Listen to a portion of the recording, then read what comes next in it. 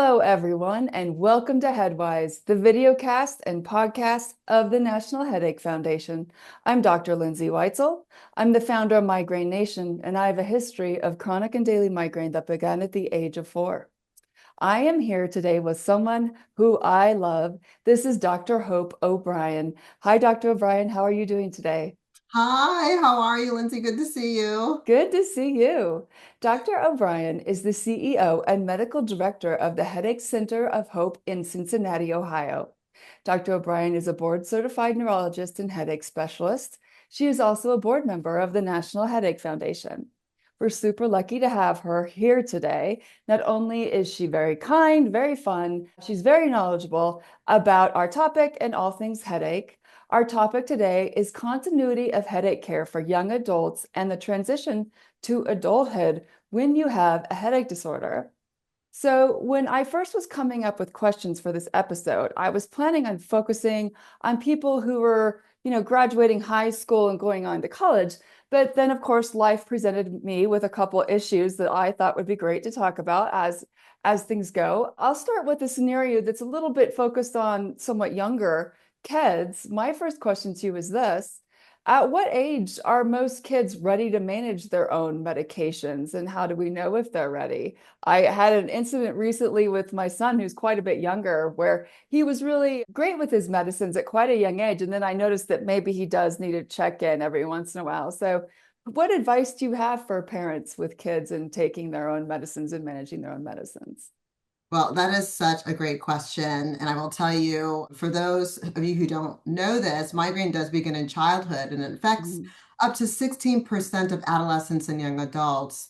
And when we look at long-term perspective studies, what we've seen is that more than 50% of children diagnosed with migraine continue to have them into adulthood. So your question is very valid. And so what I would say is that most kids are ready to manage their own medications when they demonstrate both maturity and consistency rather than reaching a specific age. And as you know, this readiness is individualized, and the key signs include when a child and parent feels comfortable and the Mhm. child can explain what the medication is, what's it taken for, when to take it, and if they can reliably follow through without reminders.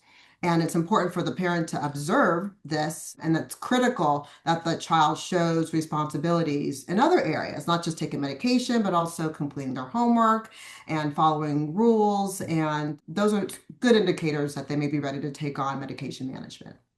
Right. And I think one of the things that I would interject from personal experience is then if your child starts taking one of our medicines that causes cognitive issues, maybe check in again and make sure that they aren't forgetting the dose of one of those medicines, or if they are getting a lot of breakthrough migraine with cognitive or issues or brain fog. That's when maybe another check-in is a good idea. So thank you for that. That's great advice. So let's move on to kind of what I was planning more for this medicine. When do most people transition, let's say, from their pediatric neurologist or headache specialist to an adult healthcare provider? And what advice do you have around that transition? Again, another important question, and I'll tell you that unfortunately, there are very few neurologists who can manage both kids and adults with migraine. Me specifically, I was actually trained to manage both pediatric and adult headache. So I would be what you would call your typical transition headache specialist, but it's not very common. So most people transition from their pediatric neurologist or headache specialist to an adult headache provider between the ages of 18 and 22. And it's often around the time when they finish high school or start college. And the exact timing depends really on the individual's maturity, their medical needs, and comfort level. So, in terms of guidance from both the family and the healthcare team, the smooth transition is important to ensure that continuity of care. Okay. So this is really important because I mean, thinking way back to even when I started college, and this was really early on, we didn't have many migraine medications back then, and I was super sick. And I'm thinking of some of the people I know at that phase of life. You don't know if you're going to get sicker better, stay the same, and you might be moving to a whole different city away from your support system. This is a big deal for people with chronic migraine, with other headache disorders who really, if your headache disorder really impacts your life already, this is a big change. So putting myself in the shoes of these people and back where I was back then, let's just start with, I think that perhaps one of the biggest questions here that we could address might have to do with onabotulinum toxin A or Botox, because a lot of people have to have this, every 3 months or so. And if you're moving away, this transition could be a big deal. You might have to find a new provider or come back home, or insurance could be a problem. We have a headache provider shortage. Please talk to us about this. What sort of advice do you have for these people and or their parents? Well, we've just started the new year and, towards the end of the summer, this is something that I was working on is how do I, transition my patients to a provider in their area. So this is one of the biggest challenges that young people face when moving away is maintaining access to consistent migraine care, especially when a specific in-office treatment is involved. So my advice is to plan ahead before leaving home, work with your current provider to identify specialists in the new city who can continue treatment. It's also important to contact your insurance company early to confirm coverage and avoid unexpected costs. And parents and students should keep copies of their medical records and treatment schedules to make sure that the transition is smooth. And then finally, I encourage students to advocate for themselves by scheduling appointments in advance, staying organized so that their care is not disrupted during this important stage of life. Okay. So I have an interesting question related to that. I remember I used to never bring my medical records because it was almost insanity. I remember having a doctor that I had been with since their clinic opened related to procedures, et cetera, for my migraine. And they would literally laugh at me when I'd ask for my medical records. And so in that instant, because there were so many, in that instance, do you ask your healthcare provider for some sort of summary? What do you do in that instance? That's a great question. And first of all, I want to apologize that you were laughed at. We should never be laughing at our patients. And so I apologize on behalf of the medical profession. Yeah. Um, and so in that case, a transfer of care packet can be very helpful. And so Okay. this transfer of care packet is a way to sort of summarize not only their diagnoses and what has been done in the past, including the current treatment, the doses that are there, whatever procedures is done. It's done typically on a 1 to 2 page format. Oh, wow. Okay. Especially in providers who may not have a lot of time. And if you're coming in with years and years of treatments and what's worked and what hasn't worked, side effects that have occurred, whatever allergies or intolerance you've had to medications, that's going to be really important. So what I would recommend or advise is this transfer packet that kind of summarizes your care, what Mhm. you've been through, and kind of what the last step was prior to you ending the care of your last provider. Okay. So let's move on a little bit to I'm still kind of focusing on this college transition. If people are having trouble, whether they can't find the provider they need, can't get to them, etc. Do you feel that student health centers can be helpful for people with migraine or other headache disorders?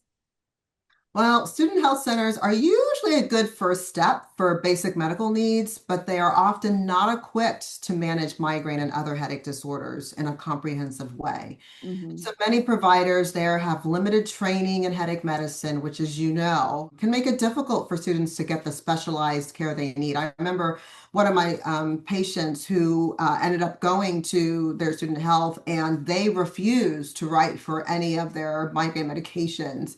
Oh, wow. And so that individual ended up having to come back and get what they needed. So for this reason, it's often best for students to connect with a neurologist or headache specialist in the community for ongoing management while using the student health center, mainly for general health support or as a point for referral. And if they do, because we know we don't have enough headache specialists for our community of people with migraine and other headache disorders. If they're having trouble getting into one or finding one, I do remember this was way back when our only real migraine medication was Imitrex injections back when I was, in college. Sorry, I just For 30 dated years ago, myself. yeah. My parents used to have to ship me my medicine. Is this something, do you recommend this? Can we still do this? Can we I still ship know, I medicines? I don't know. even know. So I'm we so do. old now. I'm just like, gosh, how old am I? You don't look your age, okay?